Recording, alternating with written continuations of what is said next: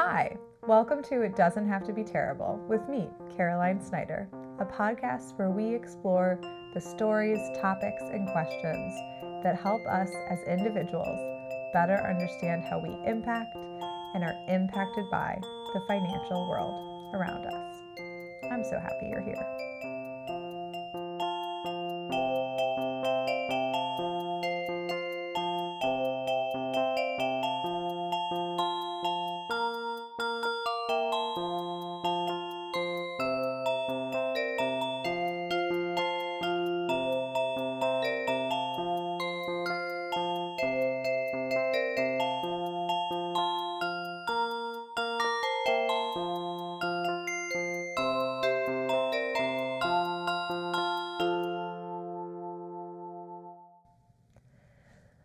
Okay, so today we are diving in to holiday shopping mania. And I don't know about you, but I feel like this has been on top of us for months already, maybe since last holiday season. It almost feels like it doesn't go away anymore, which is really wild. The consumerism is rampant at a level that almost feels unsustainable to me.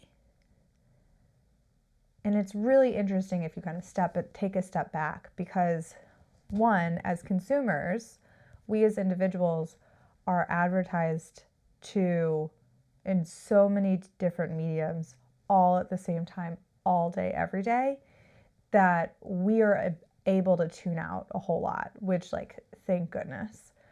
But that also means, on the flip side, if you're wearing the company hat, that companies are feeling forced, whether or not they actually are forced, they're feeling forced and feeling backed into corners to continue to up the ante when it comes to marketing, when it comes to advertising. So you're like, well, if they tune out 80% of what they hear or see, then we better throw even more at them so that the little bits that get through really get through. And they're getting better at kind of like the insidious nature of doing it in ways where we may not realize what's going on as consumers at all time. And that's just all the time, right? That's not special to the quote unquote holiday season. That is every single day as a human being living in a 2023 capitalist society. What makes holiday shopping and the holiday season and holiday spending, I think, even more challenging is that there are societal and social forces that are coming into play that are not just driven by marketing and consumerism, right? Like, there are very intense, for some folks, very intense family obligations and expectations around this time of year. Maybe it's like everyone always goes to your great aunt's house in this little town in Maine that's really hard to get to for Thanksgiving, right? And the idea of not going, even though it costs your family like minimum $5,000 to do it, is like anathema to the rest of the family. Maybe there are family obligations that are less travel extreme, but are more like, well, you have 20 cousins and the expectation is that you get gifts for everybody. Maybe it's that you were raised a certain way and you want to make sure you either give that similar experience to your children or do the opposite. Those family expectations, coupled with the reminders from companies at all time, make it really, really difficult to pull out what is like true to you, what's really important, and what is something that either a company or family member is just expecting from you. work for some people adds another layer too. So this is not true of me because I'm married to my business partner and we don't have any full-time employees.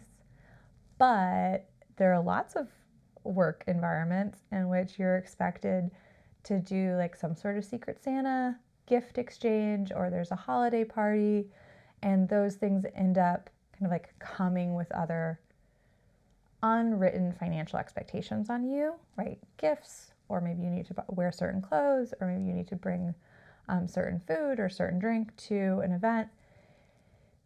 And then there's this piece of the puzzle, it's the keeping up with the Joneses piece of the puzzle. But I think while we all feel that and either are really good at ignoring it and keeping ourselves boundaried, or feel that and are really taken in by it all the time, the keeping up with the Joneses through line, I think, becomes much stronger at holiday season when it's able to really connect to this is what you do if you're doing the holidays right. Like if you're being a good parent, if you're being a good child, if you're being a good employee, if you're being a good employer, if you're being a good like partner, whatever that is, the keeping up with the Joneses just ends up being like this sprinkling on top that again makes it really, really difficult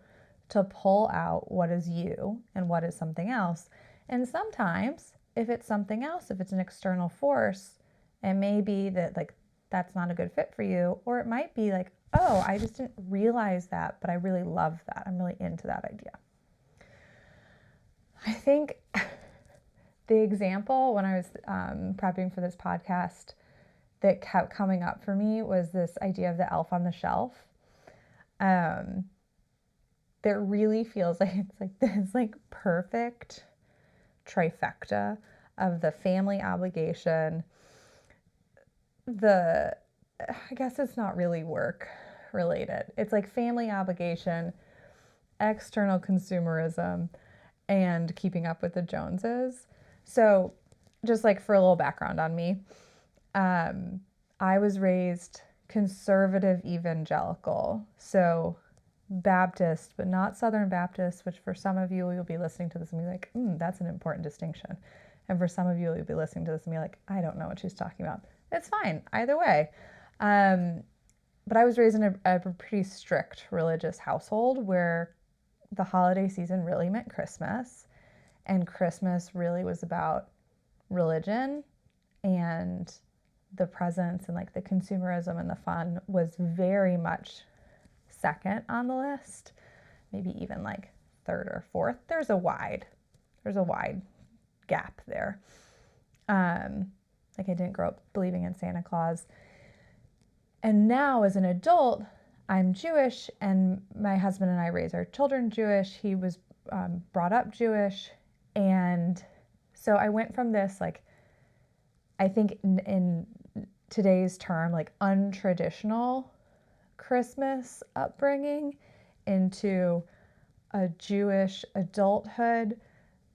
So I've been able to kind of like watch from the outside what particularly Christmas in the holiday season looks like.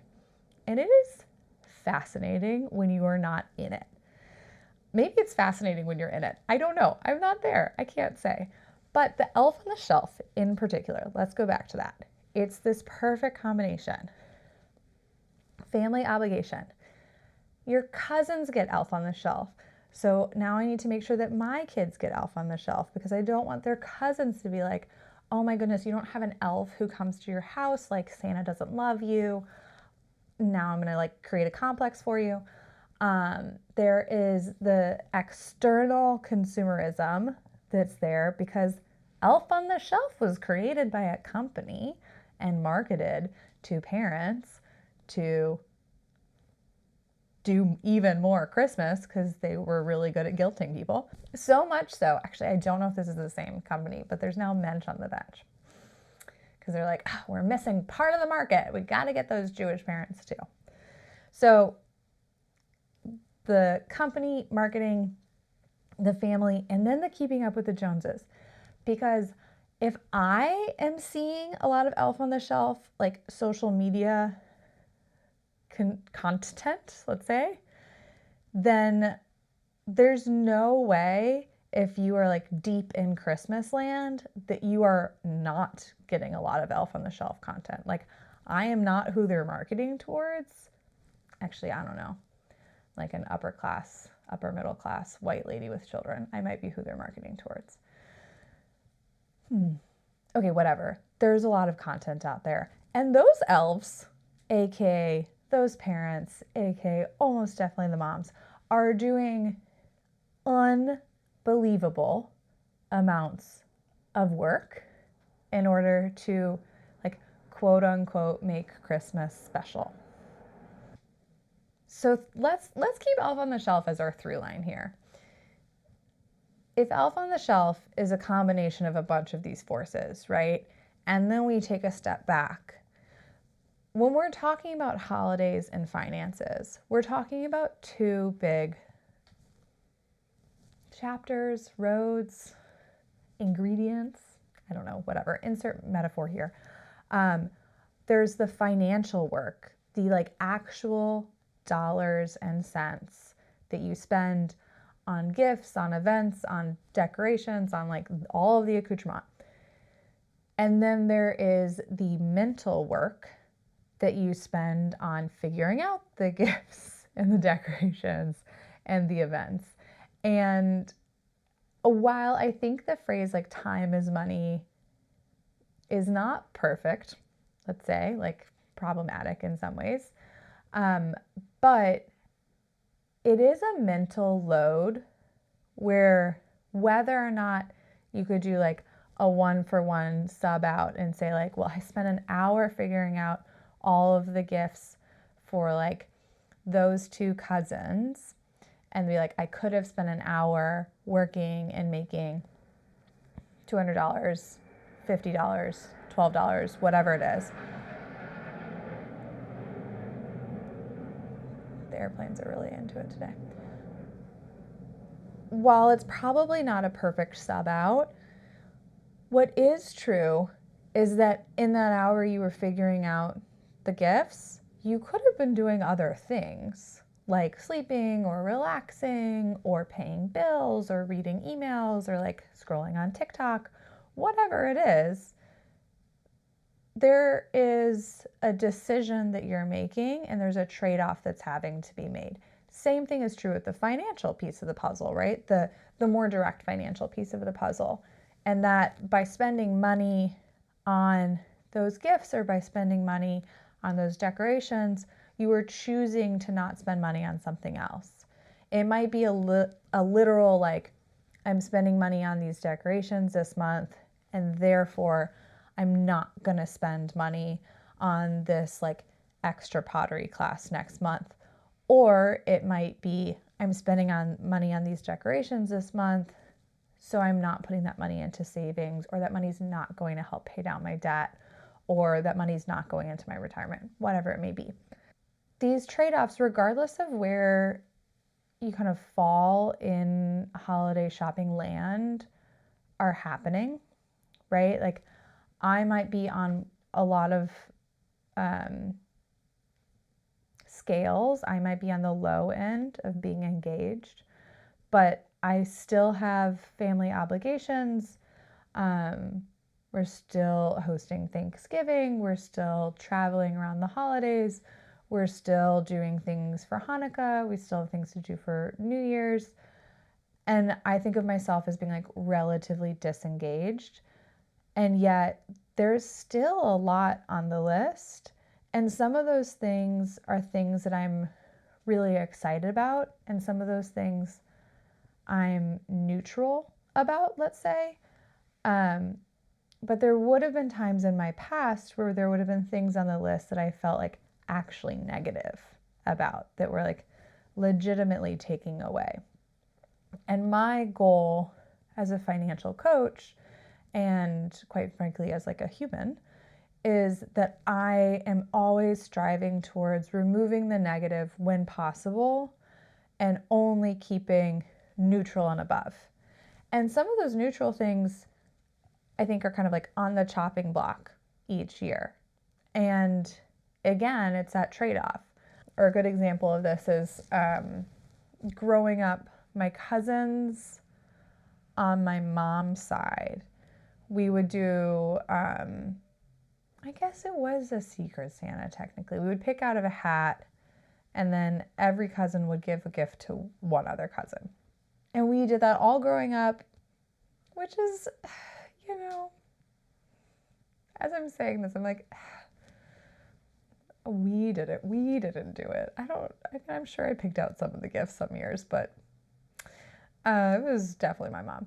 But we did that all through my childhood. And at some point in early adulthood, cousins decided, or we collectively decided at some point, to start giving donations. So still doing the picking out of the hat, but giving a donation in someone's name. And then, I don't know, that lasted for maybe 2 or 3 years. And then it turned into like, let's send out an email, just like a general update in life.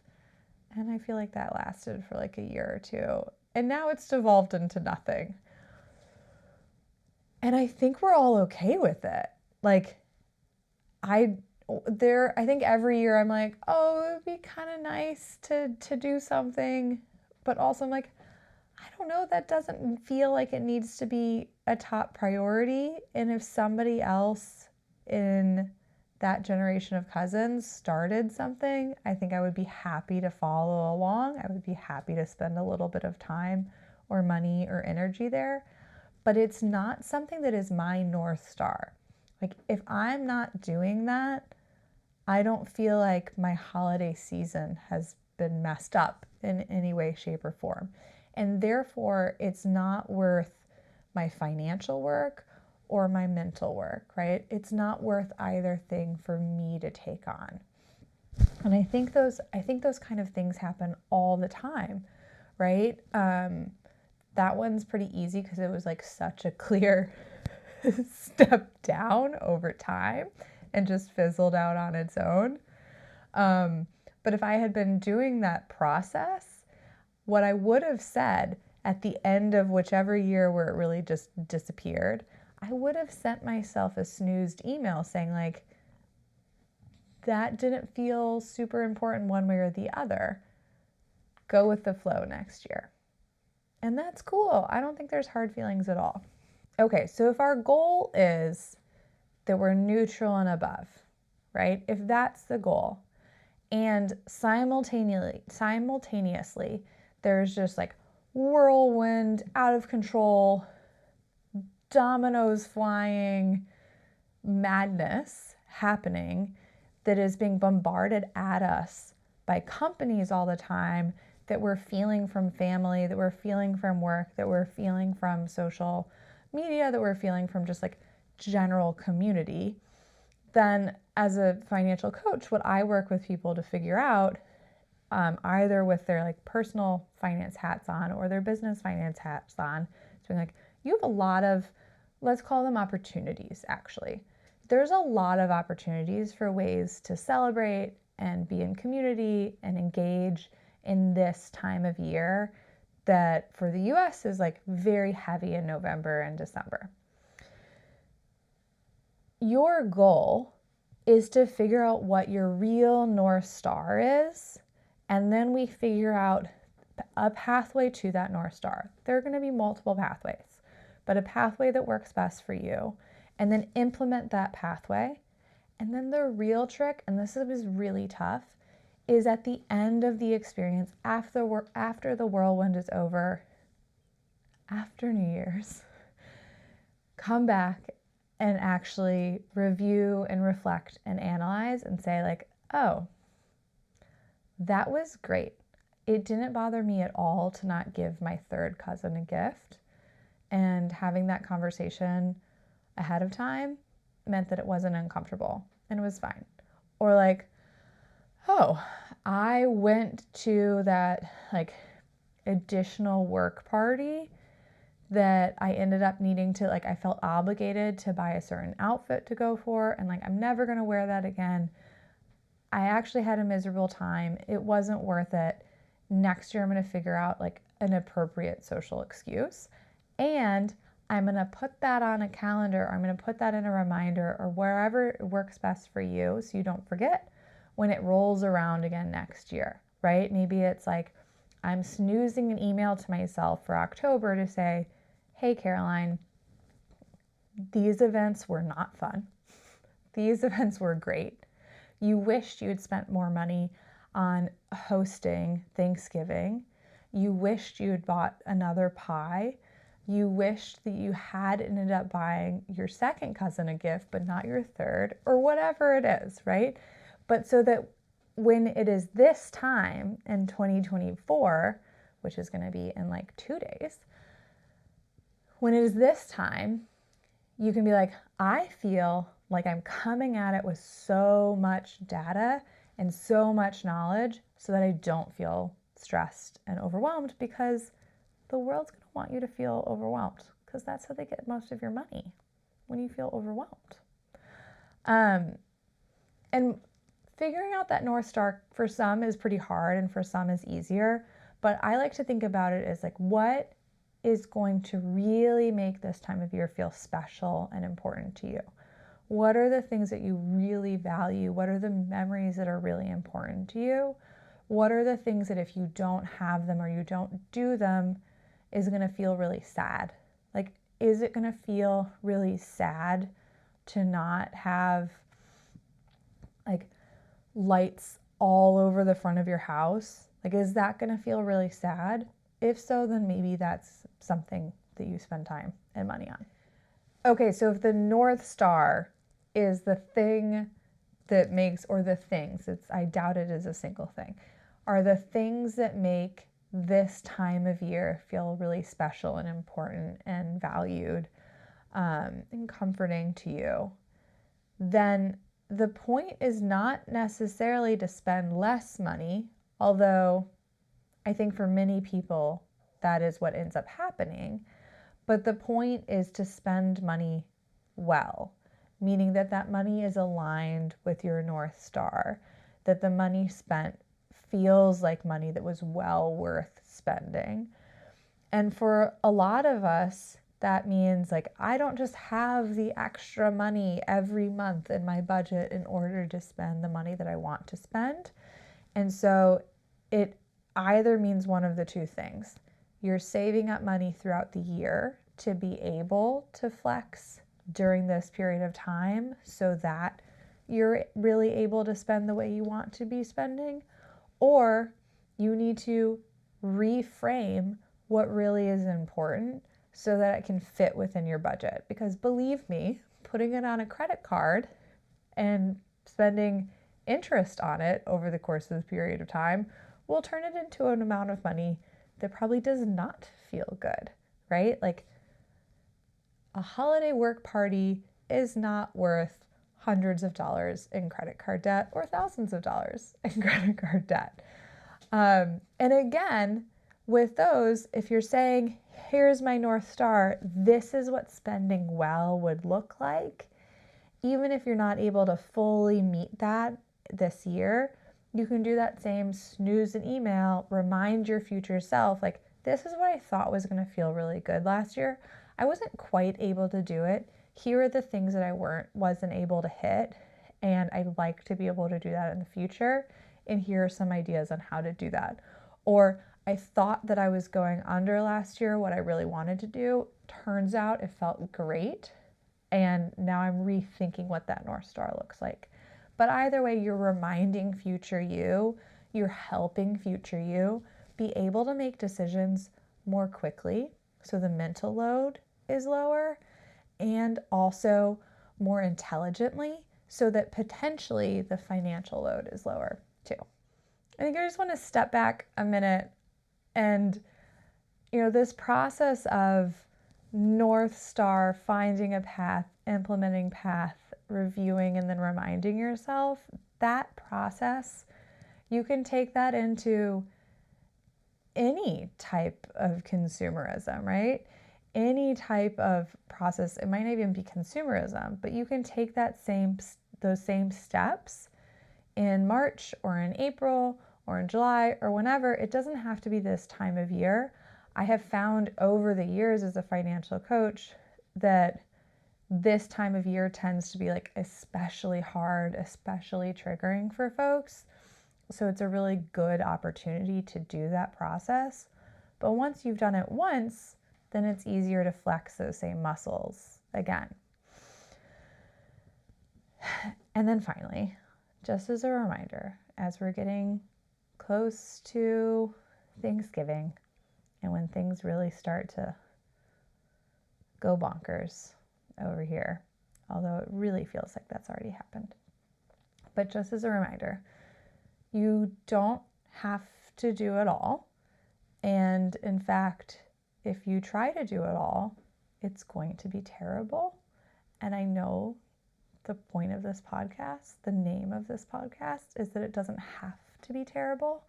So my plea to you is that you make it not terrible by not doing every single thing that could possibly be done. Okay. If you have great elf on the shelf pictures, I obviously want to see what that elf is getting up to. If you have great Minch on the bench pictures, I really want to see what that guy's getting up to this year. Hit me up on social media. You can find me on Instagram at Verity Daily. You can find more about my financial coaching services on the website, which the link is in the description. And in the meantime, if you enjoyed this episode, please rate, review, subscribe, like, all of the things, and share it with your friends.